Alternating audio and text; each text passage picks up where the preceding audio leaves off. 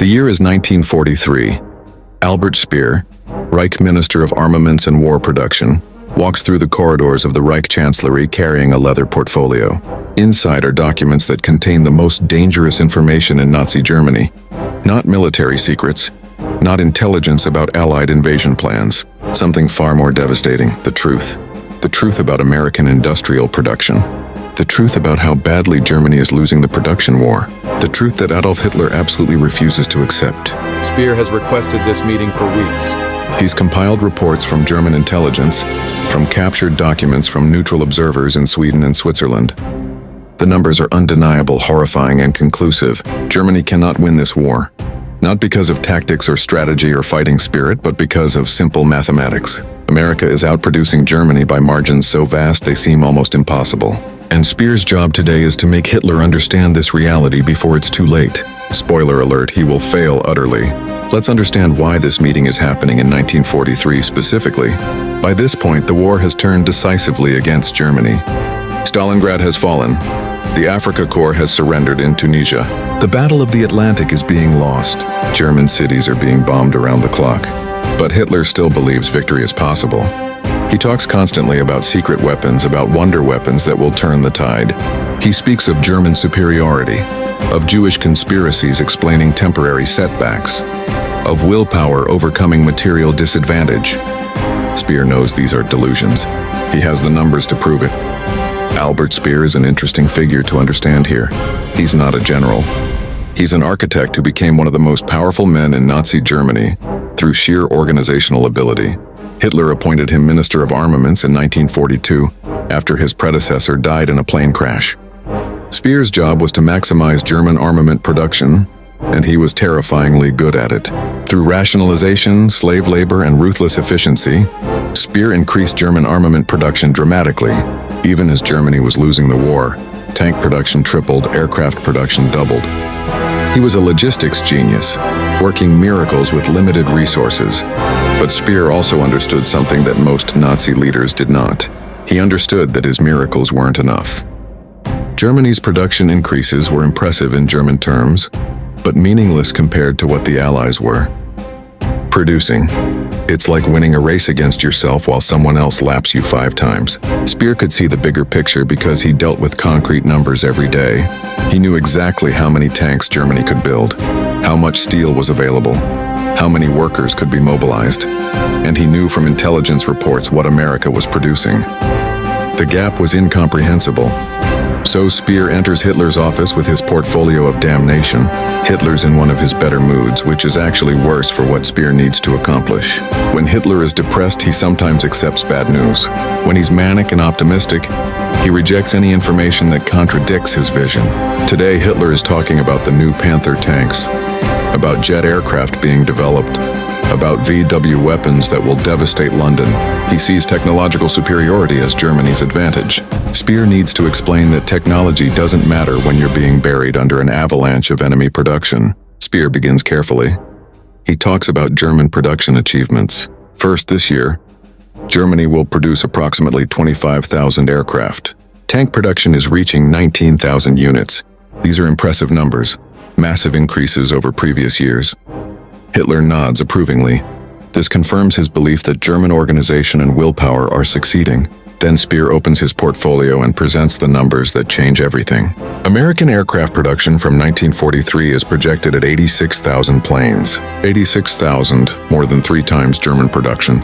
American tank production is 37,000 units, nearly double Germany's output. But these numbers, staggering as they are, don't capture the full horror of the situation.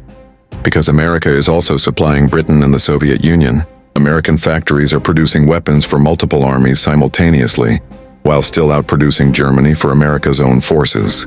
Hitler's reaction is immediate and predictable. He doesn't believe it, he can't believe it. The numbers must be wrong. They must be Allied propaganda inflated to demoralize Germany. Schar tries to explain that these figures come from multiple sources, that German intelligence has confirmed them, that they are actually conservative estimates. Hitler dismisses this. He suggests that German intelligence has been infiltrated by defiists and traitors. He claims that Americans are lying about their production to make Germany surrender. Schar presses forward. He shows Hitler the shipping numbers, and these might be even more devastating than aircraft production. In 1942, German U-boats sank approximately 1,200 Allied merchant ships. This should have been crippling. Britain depends on shipping for survival. Cut the supply lines and Britain starves. Its war effort collapses. But here's the nightmare. American shipyards built more than 800 merchant ships. That same year, the Allies gained 600 ships despite losing 1,200. Germany is sinking vessels faster than anyone in history, and the enemy fleet is still growing. Hitler responds that this is impossible. Ship construction takes years. Complex vessels cannot be mass-produced like automobiles. Speer explains that Americans have revolutionized shipbuilding through Liberty ships, standardized cargo vessels built in sections using assembly line techniques.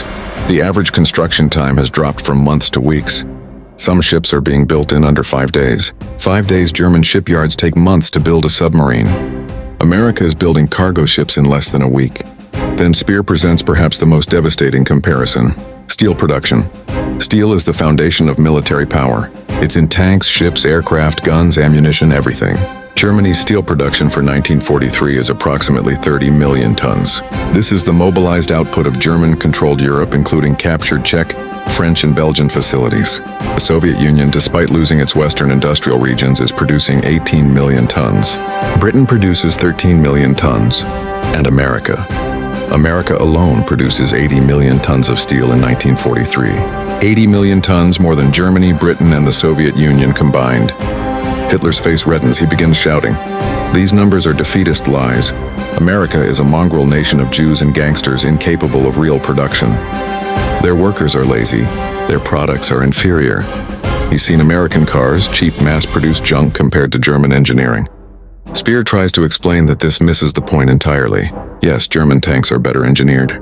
German aircraft have superior performance, but America is producing 5 enemy tanks for every German tank destroyed. The mathematical reality is inescapable. Speer shows Hitler the aircraft carrier numbers because these demonstrate the scale of American industrial power. Most dramatically, in 1941, America had 7 aircraft carriers. By the end of 1943, America will have 50 fleet carriers and escort carriers, with dozens more under construction. 50 carriers. Japan's entire carrier fleet at Pearl Harbor was 6 carriers, and that was considered a massive force. Germany has no aircraft carriers at all. Britain has a handful. America is building them faster than Germany can build destroyers. Hitler dismisses aircraft carriers as unnecessary. Germany will dominate through U-boat and land-based air power. Speer points out that U-boat production can't keep pace with losses. In 1943, Germany will lose about 240 U-boats. German shipyards can build approximately 270 submarines per year maximum. The submarine fleet is barely replacing losses, while Allied anti-submarine capabilities improve constantly. Meanwhile, American destroyer and destroyer escort production is building hundreds of sub-hunting vessels. The Battle of the Atlantic is becoming mathematically unwinnable. Then Speer presents the numbers that might be most important of all. Oil production. Germany has access to Romanian oil fields and synthetic fuel plants, producing about 10 million tons of oil per year. This is barely sufficient for current operations and leaves no reserves. The Soviet Union, despite German occupation of key regions, still produces 30 million tons. Britain and the Middle East supply another 15 million tons to the Allies. And American oil production is 190 million tons per year. 90 million tons. America produces more oil than the rest of the world combined. Hitler responds that Germany's synthetic fuel program will solve this. Scientists are developing efficient production methods. Speer has to explain the reality. Synthetic fuel is extremely expensive and resource-intensive. Each synthetic fuel plant requires massive amounts of steel, coal, and construction resources that could build tanks or aircraft instead. And American bombers are specifically targeting these plants. As fast as Germany builds synthetic fuel capacity, it's being destroyed from the air. Speer moves to manpower, and here the numbers are equally grim. Germany has mobilized approximately 10 million men for its armed forces. This is an enormous number that's straining the economy. Factories lack workers. Agriculture is suffering. Women are being drafted into war work. The Soviet Union has 12 million men under arms despite catastrophic losses. Britain and its empire have about 9 million. And America, which started with a tiny peacetime army, now has 9 million men in uniform, with millions more being trained. America is fielding a military larger than Germany's while still running its peacetime economy at near full capacity. Hitler argues that German soldiers are superior. 1. German division is worth 3 Allied divisions. German training, tactics, and fighting spirit make up for numerical disadvantage. Speer doesn't dispute German military quality. He disputes that quality can overcome the quantity arrayed against Germany. When you're outnumbered 3-1 in men, 5-1 in tanks, 10-1 in aircraft, and 20-1 in industrial capacity, superior training eventually becomes irrelevant.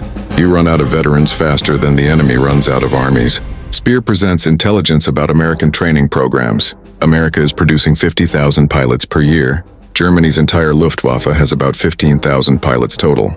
American pilot training is 6 months of intensive instruction with unlimited fuel for practice. German pilot training has been cut to weeks because fuel is too scarce. New German pilots arrive at combat units with minimal experience and die quickly. American pilots arrive with hundreds of hours of flight time. The quality gap is closing while the quantity gap widens. Hitler responds by talking about German secret weapons. The Me-262 jet fighter will sweep Allied bombers from the sky. The V-1 and V-2 rockets will devastate London. New Tiger and Panther tanks will dominate battlefields. Speer has to gently explain that these weapons, impressive as they are, come too late and in too small numbers.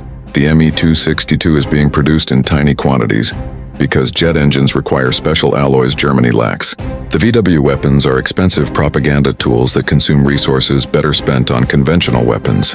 The new tanks are excellent, but Germany can build 5 Panthers in the time America builds 50 Shermans. Then Speer makes his most dangerous argument. He suggests that Germany should seek a negotiated peace while it still has bargaining power. The war cannot be won militarily. The production numbers make this mathematically certain. Perhaps diplomatic skill can achieve what military force cannot. Maybe Germany can negotiate a settlement that preserves something rather than fighting until total destruction. Hitler explodes. This is defeatism, treason, cowardice. Germany will never surrender. They will fight to the last man. Wonder weapons will turn the tide. The alliance against Germany will collapse because capitalist America and communist Russia cannot cooperate. Stalin and Churchill and Roosevelt will turn on each other. Germany just needs to hold on. Victory will come through willpower and faith. Speer tries one more approach. He presents projections showing that by 1945, if current trends continue, the Allies will have complete air superiority over Germany. Every German city will be vulnerable to round-the-clock bombing. Every factory, every rail line, every bridge can be destroyed. German production will collapse. The army will run out of fuel, ammunition, spare parts. Even the most fanatical troops can't fight without bullets. This isn't defeatism, it's arithmetic. Hitler responds that German scientists are working on miracle weapons that will change everything. Nuclear physics research will produce bombs of unimaginable power. Rockets will carry warheads across the Atlantic to destroy American cities. Jet bombers will burn British industry to the ground. Speer knows that most of these projects are fantasy, or decades away from practical implementation.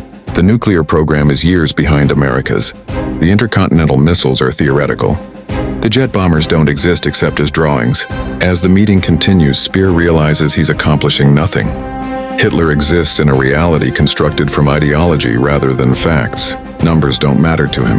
Material conditions are irrelevant. He believes that willpower, fighting spirit, and racial superiority will overcome any physical disadvantage. The idea that America, a nation he considers racially inferior and decadent, could outproduce Germany is not just wrong, but ontologically impossible in Hitler's worldview. Speer tries to explain American mass production philosophy. Germany builds tanks like precision instruments, each one carefully crafted. This produces excellent tanks, but slowly. America builds tanks like Ford builds cars, standardized and mass-produced. American tanks might be individually inferior, but they exist in such numbers that German superiority becomes irrelevant. It's the difference between a master craftsman and a factory. The craftsman's product might be better, but the factory buries him in volume. Hitler dismisses this as Jewish capitalism producing quantity without quality. He argues that one Tiger tank can destroy 5 Shermans. Therefore, German production is equivalent to much larger American production. Speer has to explain that this logic fails when America produces 10 Shermans for every Tiger. Eventually, the Tigers are overwhelmed, destroyed, or simply run out of fuel and ammunition. Tactical superiority means nothing when you're strategically suffocated. The meeting ends badly. Hitler orders Speer to stop bringing him defaced intelligence reports.